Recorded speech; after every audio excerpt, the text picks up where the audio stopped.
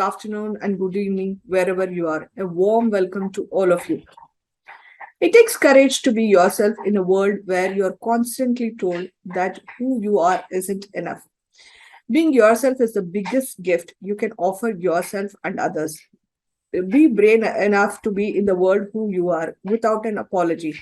This is a quote by Ash Alvis. Courage is not something you pick up in a classroom, it's something which you draw from within. Hence, in today's fourth episode of Leadership Leap series, I would like to explore and discuss on the topic of courage to speak up when it matters the most with our guest, Neeraja Ganesh. Let me introduce Neeraja. Neeraja is a TEDx speaker who has been invited with various prestigious forums like Lean, Triple I, PME, TII, NASCOM, CII across globe to deliver talks on various topics. Networking for results and how to tell your stories are two of her favorite signature programs. She is currently writing her first book titled You Have Arrived. No glass ceilings, no broken rungs, no glass cliffs, which she believes will be an influence on the readers, especially young girls and women, in terms of navigating their life and career successfully. She has won multiple awards, most recent being the Jobs for Her Raising Award in the category of Women in Impact. She's also been featured as one of the women who have traversed their life journeys from ordinary to extraordinary in the book Magical 40 at 40. Neeraja Ganesh also heads the education initiatives at Aspire for Her, an organization with a vision to impact 1 million women and add $5 billion revenue to GDP through increased participation of women in the workforce by 2025. She began her journey as an IT professional with 25 years of experience in the leadership role in the banking space before switching her career to work in the gender diversity space. Previously, she headed the Jobs for Her Foundation, which also was set up to identify the gender gaps in India for about 18 years. In that role, she built a unique brand, numerous partnership, and a large community of women who experience a variety of learning interventions, workshops, conferences, trainings, and hands-on projects. She is also coaching people to progress in their careers. Warm welcome to you, Neeraja. Very happy to have you on this episode. As a first thing, please share something with the audience which is very unique about yourself. Thank you, Veda. I'm so happy to have this opportunity and to see you kind of hosting. I don't know whether you call it a podcast, right? It's a video cast. Really a pleasure. Thank you for inviting me here. I don't know what is unique about me, but let me spill the beans that I was a meek, timid, shy girl for many years who did not even say hi to the person who was sitting next to me, whether it was in school or be at work for the first 10 years in my career. Not because of an attitude that I carried, but I was so scared to speak and hence went about doing my work very quietly. In fact, I used to have lunch by myself and my coffee all by myself. Something to start up today's conversation, isn't it, Veda? Very interesting. In fact, I think we share that. Not many people recognize that as that we are a shy person, but then probably that's where it's important for us to speak up, and that brings to our topic of courage, which is so very important for women. Neeraja, I've known you for a long time. I've known you since Capgemini days. Apart from networking, the one thing that I've admired about you is your ability to be courageous and put across your point of view, especially in the most difficult situation or with difficult stakeholders. So my first question to you is, what does workplace courage look like and how do you define it? Could you share it with some examples? Sure, a very important aspect in everybody's life and definitely for women. I think workplace courage is about doing what you want to do. asking for what you want to do, keeping at it. If you sincerely believe that that's what you should have the opportunity to do, and finally proving that you can do it, right? Speaking up is a part of that. Unless one has the courage to even think of it in their heads, and that's where it starts, and then believe that they can do it, the speak up cannot happen. And once the person is determined about it in their heads, then you can build the courage to speak up. So let me give you two stories from my career. As I started my career, I was a student at NIIT. I was doing a 4-semester advanced diploma in systems management. And Sonata, one of the technology organizations, they came on board to hire us from the institute directly for a 3-month assignment. It was a contract assignment. It was a full-time job, which we had to do in shifts.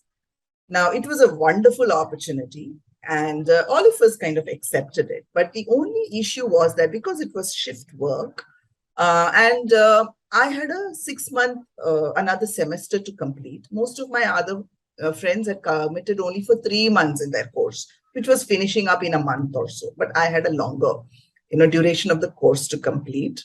There was a clash. Now, many of my friends decided to pause their studies because they felt 3 months of an opportunity at Sonata is something that probably will never come by, and there's a potential for it to be converted to a permanent role if you did well in the 3 months. Now, I couldn't have taken a pause from studies because I felt my parents had invested in this very expensive course at that point in time, and they were looking for a groom for me. So it was never in their scheme of things to put me through this education, but they had agreed to. So I wanted to complete it. And before, I got married, and who knows what life would be like after marriage. So I wanted to continue the course. I wanted to do the job also. I didn't know what to do. This girl who doesn't speak up, what can she do? So I could have spoken to my parents and they would have advised me, maybe, no, focus on the studies, forget the job. I could have spoken to my friends and they would have said, I think the job is important. Go ahead and take a break. Or I could not have spoken, just in my head, bothered about it and said, let me do both. Eventually, I may have suffered in both. I may not have performed very well, and both at the institute as well at the work. So I don't know what happened, but I decided to speak up. I went to my skip level manager and I told her that this is the challenge. I can do a full-time job, but I can't commit to a shift. So if there is that flexibility that whenever I have to go to the institute, I go and then I come back and I will finish the work as long as there's a dedicated PC available to me. I can't work in shifts because you work in morning shift, evening, somebody else is going to use that PC. So you really needed a dedicated PC if you were not working in shifts. And those days, I'm talking early 1990s, resources were very scarce. Very true. So she went back, and then after a couple of days, she came back and she told me, I've spoken to the management and we've decided to make an exception for you. Wow. We will give you a dedicated PC. That's the only exception. She was not making an exception in the number of programs I had to deliver every week, in the quality standards, none of that. So I could come in and go whenever, as long as I kind of met whatever the expectations. And the 3 months contract extended to 6 months. The 6 months contract extended to 9 months. At the end of 9 months, I had completed my advanced diploma in systems management. And we all got permanent jobs at Sonata. Wow. And I had topped NIIT also. Those who took a break from their studies could never get back after those 9 months to their studies. But here I had achieved everything in terms of at that period in time. If I had not spoken up then, I don't know how life would have been. I may have taken a decision of not joining Sonata. I don't know how life would have turned out. I may have taken a decision of joining Sonata, taking a break from NIIT, not sure how life would have been. It could have been better or worse. One can't, imagine. But I think I've had a good life, both, personally and professionally. So that's one of the examples of speaking up. First, you kind of think about it in your head and believe it that you can manage the two, and then go ahead and have the conversation. The second one that I want to talk about is much later in my leadership journey. And it was during the performance appraisal roundtables that we have. We all understand the infamous bell curve. I don't know if companies are still following it. Some do, I think. Some have given up on that. Yeah. Yeah. So for those who may not understand, it is scientifically felt that performance in a team, you will have 70% of your team members who are, performing on target. You will have about 20% of people who are above target performers, and then about 10% who are below target performers. So that's what any kind of performance appraisal should bring out, is what, was one of the philosophies that many organizations used to follow. Now, if you do not get that kind of a fitment, then we had to force fit, which meant that we would relatively rank everyone. All the performers, on target performers, would get ranked 1, 2, 3, 4. And then the bottom one would probably get pushed to a below performance because he or she is kind of at the borderline. Very difficult things to be doing as a manager. And one, you will do it at your team level. Then you will take this with all your peers to your manager. And there you have to kind of ensure that at your manager level, a bell curve exists. So here was a case where, I'd kind of had all my data, and I had ensured that I declare all the data, and my manager had understood everything about my team. Now, what did my manager had to do? He then had to take this whole thing and present it to his manager, his portfolio. He had to represent it further, which meant that he should be really prepared with all this ammunition that we were giving him. Whatever he did, he came back and he told me that one of my people got pushed down, which was expected. Like, you know that things could change, but the reasoning he gave, he told me this person, and in those days in this organization, we had a concept of secondment. So for 6 months, if I wished to try out something else, I could move out to another role for 6 months, a secondment. And then if I liked it, I could continue, or I could go back to from where I came. It was a good thing because you want to explore, experiment a role, experiment different technologies, domains, etc. It's a good option. This person, this boy, had come on a secondment to my team from the earlier team. So for the 1 year, the first 6 months he was in the previous team, he was rated as a super top performer there. In my team, he was learning and he was delivering to our expectations. He was scaling up. I had given him on target and I had averaged it to on target, right? I gave him, but definitely he's not below target. My manager pushed him to below target, saying that he's come on a secondment. Now he will go back. Why do we have to take care of him? And I just couldn't accept it. Okay. Now, as a process, we are not supposed to declare these ranks and final ratings to our people till that one final day. It just opens up on a system, right? So I had to shut my mouth. But I felt it was extremely unfair because this boy was going to make up his mind soon whether he wants to continue in this team or not. And I didn't want him to make a very wrong decision. Like, after he decides he'll stay in this team, then he gets to know this is how he's been treated in this team with the rating. He loses out the good opportunities in those teams also. So I did violate the process. I called him and I told him this is what has happened. And I told him, I'm telling you this just because you have to make up your mind about whether you'll stay here or whether you go back. But right now, you will not make any noise about the rating. We will follow the process. Whenever it gets announced, then there is a process to be followed if you're not happy. I will help you out with that. Okay. I know that, the scrutiny will come. I will be questioned. All of that, I will deal with that. But you wait till that time opens up. But for now, I'm telling you this so that you can make up your mind. Now, obviously, he went back to his earlier team. He didn't stay back here. But when it opened up, he went through the process. And, sometimes we feel these processes also may not work because you're actually questioning someone very senior in the organization, right? I also had to show courage to speak against my manager, and it could have gone whichever way, but I did it. So when the scrutiny came, I spoke up. I told whatever was the right and the wrong of the whole process. And the rating was given back to him. He was given an on-target rating, and whatever was done with the manager, I don't know. But I'm saying that you have to first believe it here. Is it right or wrong? And if it is wrong, you got to call it out. So have that belief and the courage that automatically makes you courageous as a person. I mean, leadership is just, one facet of us. All of us are leaders. You don't have to have the title of being a leader, right? But Believe it here, and then you will have the courage to speak up and make things happen. I think it was an interesting answer, Neeraja. Believe it. Having that belief to be fearless is the first step, and Right. it's all of us. And you and me, we have been in positions where going to an appraisal discussion for our team, not for ourselves, actually for our team, Exactly.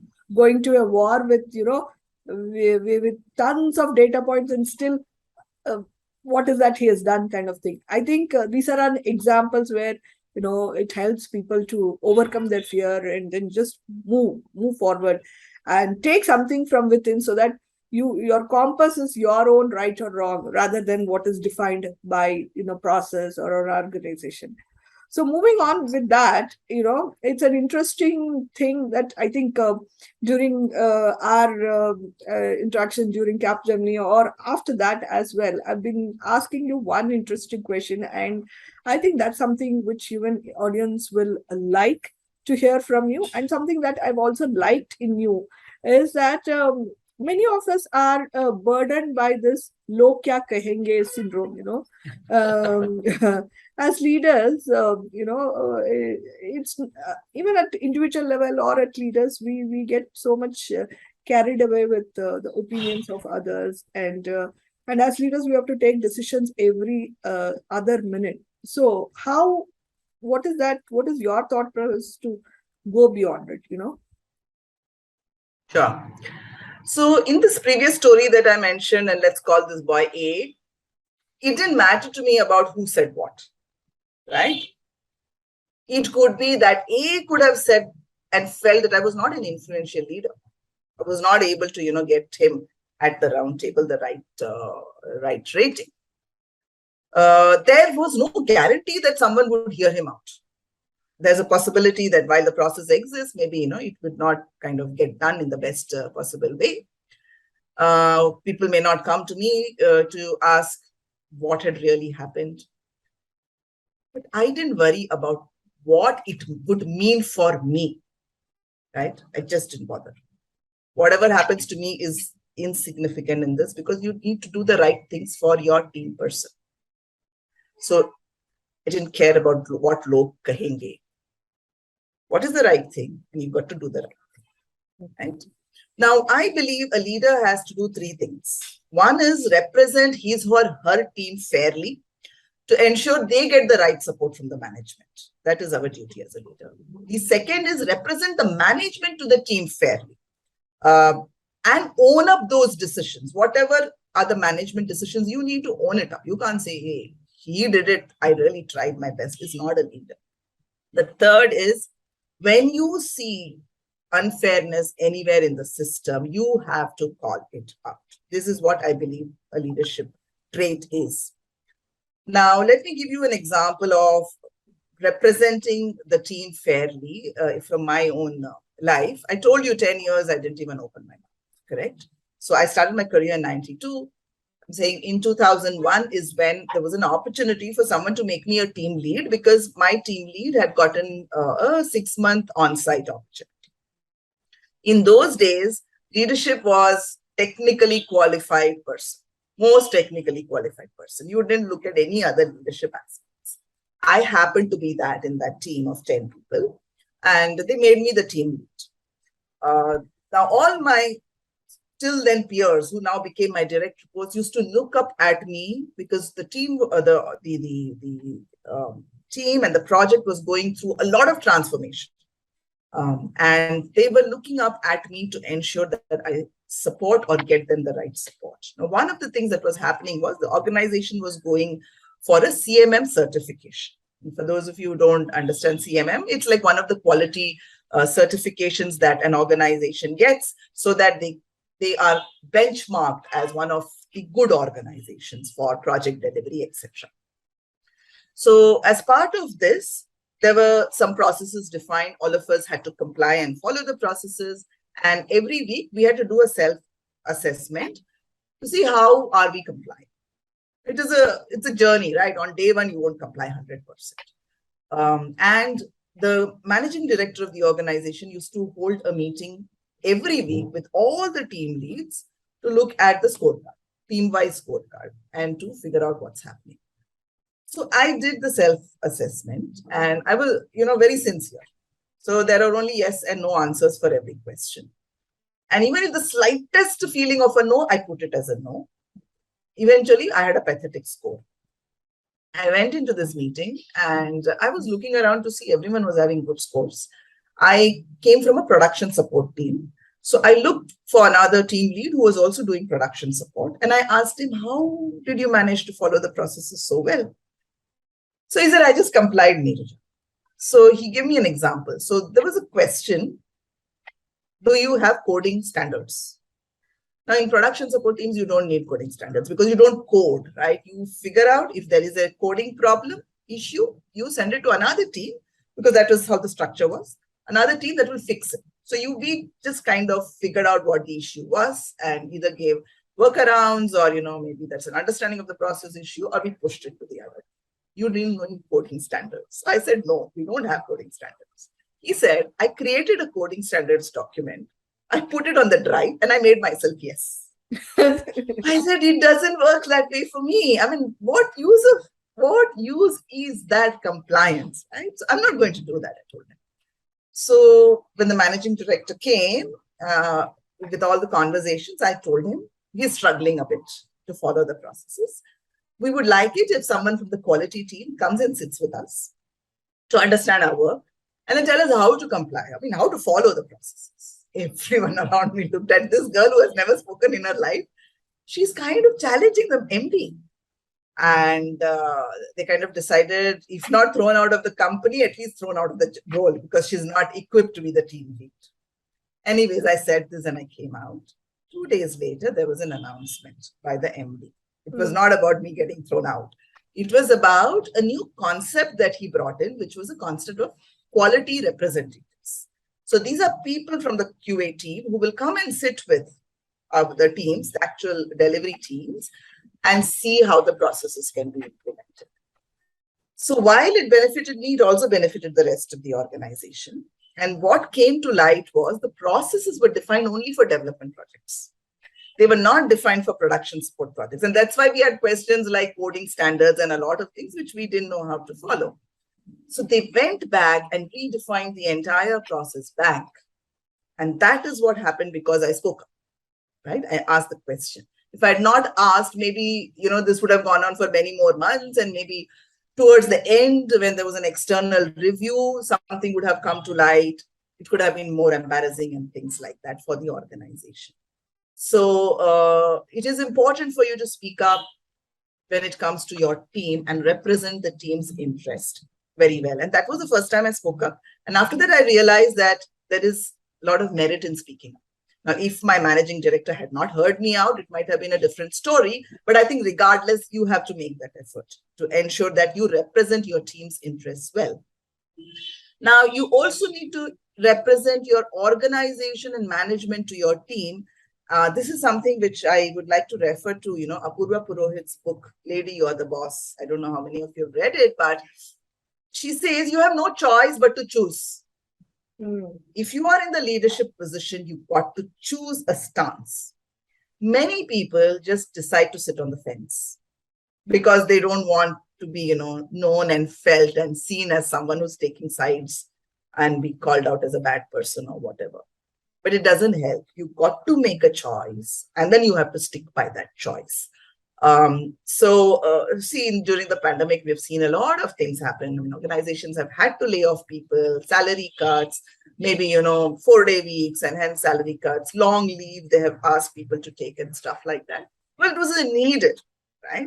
But some companies did it well. Some leaders really had those conversations very well.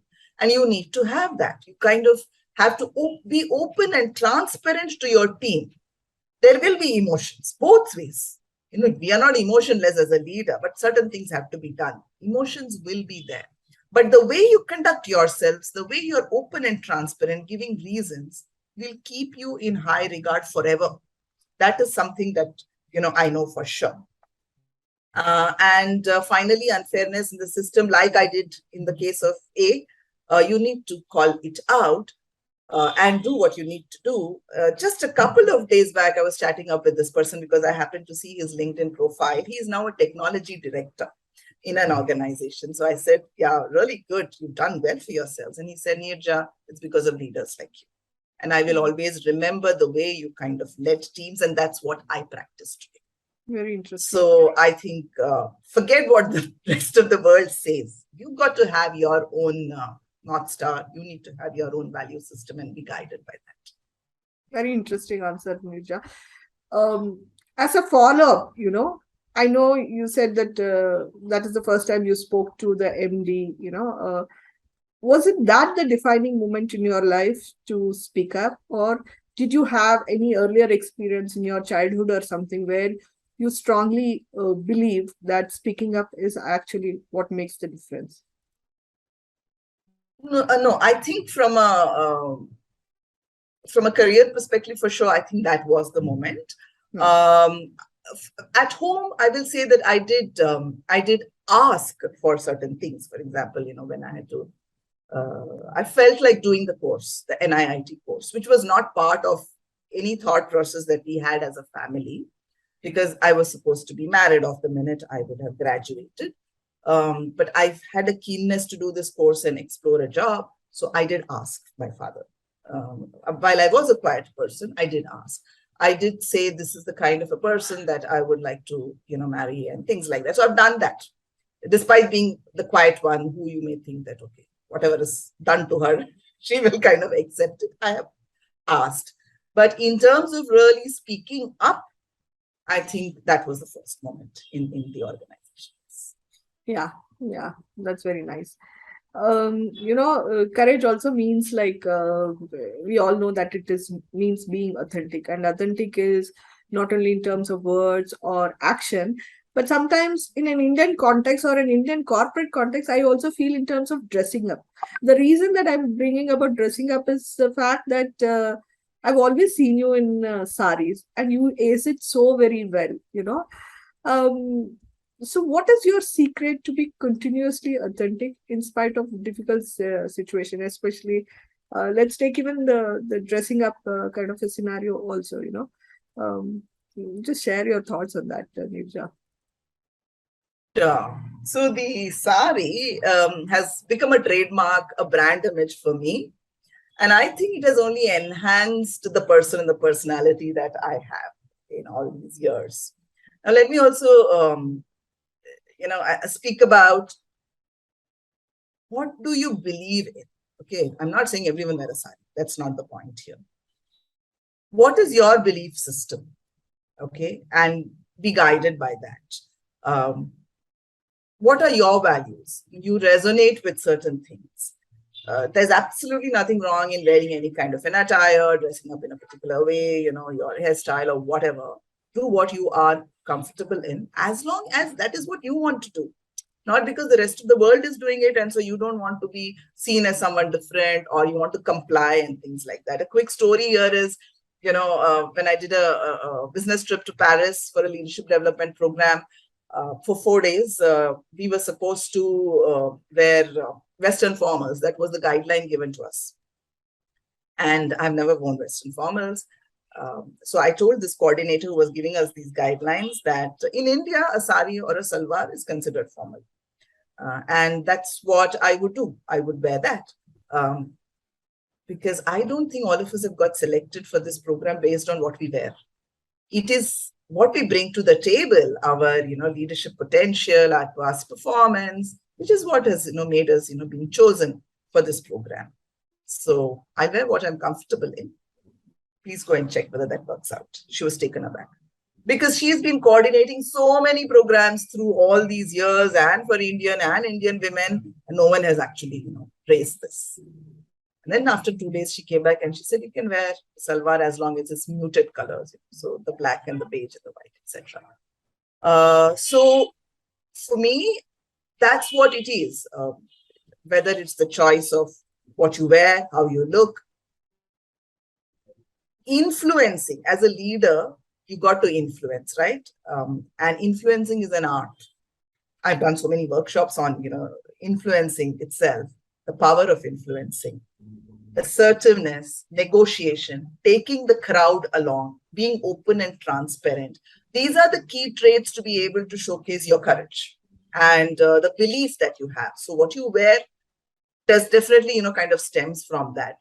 If you're not comfortable in what you wear, then everything else goes for a toss. And I know there would be some people who would have kind of made fun of, the way I look, the what I wore. And it just doesn't matter. Sometimes your sari works towards your advantage because you are seen someone who's Stand different. out actually. And the eyes kind of fall on you. So you at least have managed to gather that attention. And after that, it is, of course, what you speak and how you act and all of that. So to me, it's just worked in my favor, And and I will always, keep it's doing it. interesting because we work with a lot of Western customers, American or European, and it's kind of not said, but it's a subtle thing that we try to ape that, and sometimes it's also freedom for a lot of youngsters because they've never worn those kind of dresses, and it is. But over the period of time, you realize that like why do we have to do what they are doing? Why can't we do what we do? And as you said, it's all about the comfort. It's all about what works for you. Maybe the Western clothes works for you, go for it. If not, don't go for it. But I think to be comfortable, to carry with what you have and do well is the moment actually. Right. So thanks, That's true. Neerja, on that. Thanks, Neerja. Moving on. My next question is, the this organizational anthropologist Judith E. Glaser writes that people don't speak up because they fear rejection in human interaction. Um, I'm sure you have experienced this and you have overcome that, and that's kind of natural for all of us. What is your thought on that? And for you, how did you personally overcome it? So I think maybe for me, when I started off, it probably was not a challenge because I had nothing to lose, right? I was anyways not speaking to anyone. I was really not compelled to, see what the other people thought of me because I didn't. I just went about doing my own. So I think that's why it became that much more easier, I might say, that fear didn't come in. I didn't have the fear of losing friends, colleagues, peers, etc.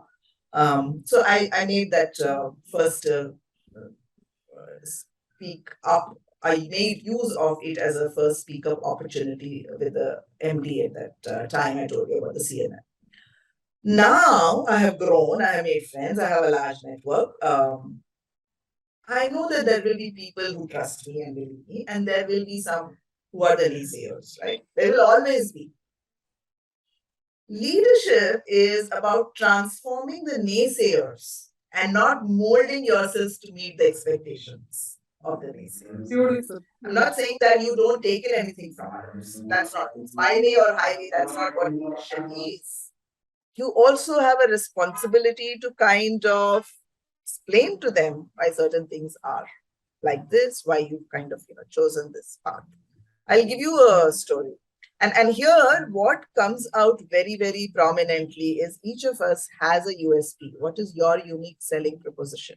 If you're going to be just like everybody else, then yeah, tomorrow you may not necessarily have a seat at the table because I can replace Veda with someone else, or I don't need Veda and Ninja. One of them is good enough.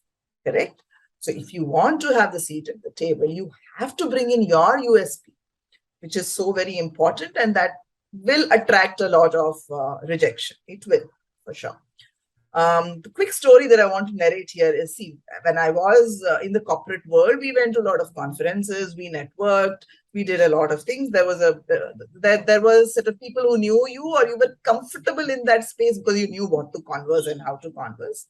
You have been there for so many years.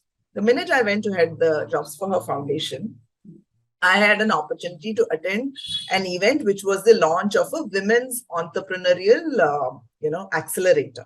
So it was, these days we have many of that. Then I'm talking 2018, it was one of the very few, so it was kind of a big thing. I went there representing Jobs for a Foundation, and after the event was over, as always, I started talking to people. But these are very different people, right? They don't come from a corporate background. These are entrepreneurs, these are venture capitalists, the fund houses, etc. So I did the same thing in terms of mingling with them, trying to give them my business cards, and really nobody even cared about me. In fact, I was like putting out a card to one person who was standing in front of me, and she just walked away. She was one of the VCs there. Of course, I was dejected, disappointed. All those emotions came my way, and I went back to the office. Um, After a few weeks, they invited me again because I was heading the Jobs for Her Foundation to a smaller closed door roundtable conversation with a few people, because there was someone who had come from abroad to understand the Indian women entrepreneurial ecosystem. So in that, there was an opportunity for me to table my thoughts. Questions were asked. I spoke about my views, etc. And surprisingly, after that event was over, this lady who had not taken my business card the previous time was there. She came to me and she gave me her card. Very interesting. And when I came back, I'm always on LinkedIn.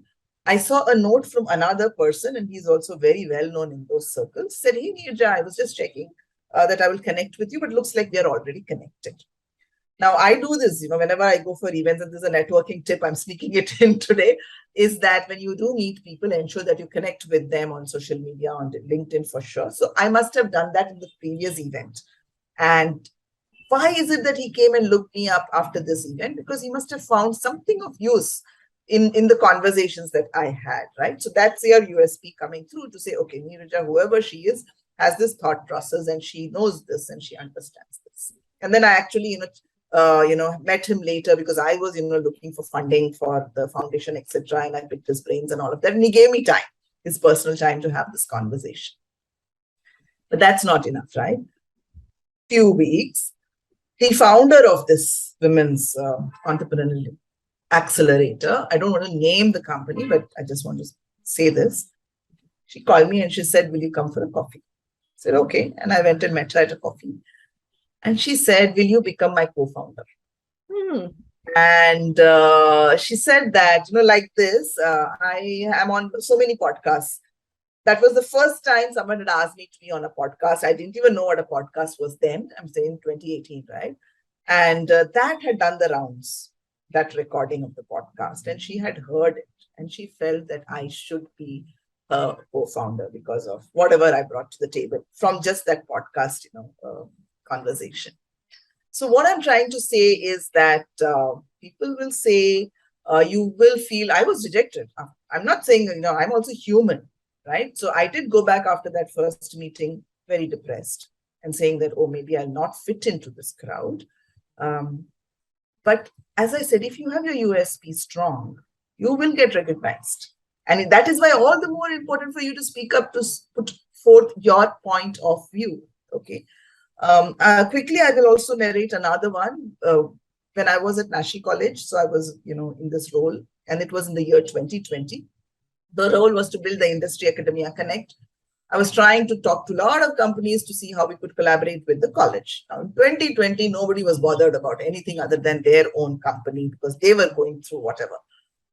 So for many months, I really could not bring any outcomes for the college. All my discussions were just discussions. There was nothing, translating into anything for the college. And I was feeling very, very bad. And I had a chat with the college management also saying that it's like, I'm feeling very bad taking a salary every month and not being able to support you. They said, you didn't bring COVID. It just happened, right? So you can't do anything about it. You keep at it and someday things will change. When big companies were laying off, this college ensured they continued to pay me, despite the fact that I was not able to bring any outcome for them. And around that time, a person I regard her very highly, she called me and she said that there is a role in one of the women's platforms, very well known women's platforms, the role of the managing director. She said, they would like you to, kind of consider that opportunity. Will you come for an interview? I said, no, I'm already in this role right now. She said, no, we can always find someone else to replace you. I will help you find that other person to replace you. You come for this. I said, no, I can't do that. She said, think about it and all of that. And she called me after a few days and I said, no, I can't because see, this college has trusted me with something and they are keeping me regardless. They could have easily said, okay, Neeraja, after 6 months when things are better, you come back, right? But they didn't do that. So it's okay, I will let go of that opportunity because I feel committed to do something for the college whenever I am able to. Okay. And she said, Neeraja, this is the value that you'll be remembered for. I will remember you for that.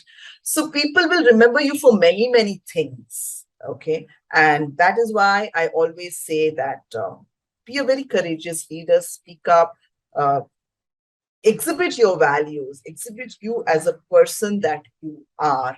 And let me also sneak in one more of my pet peeves here, right? These days, because I do so many trainings and workshops, people ask me to send proposals. And these are all senior leaders, L&D, DNI, and CXO level leaders.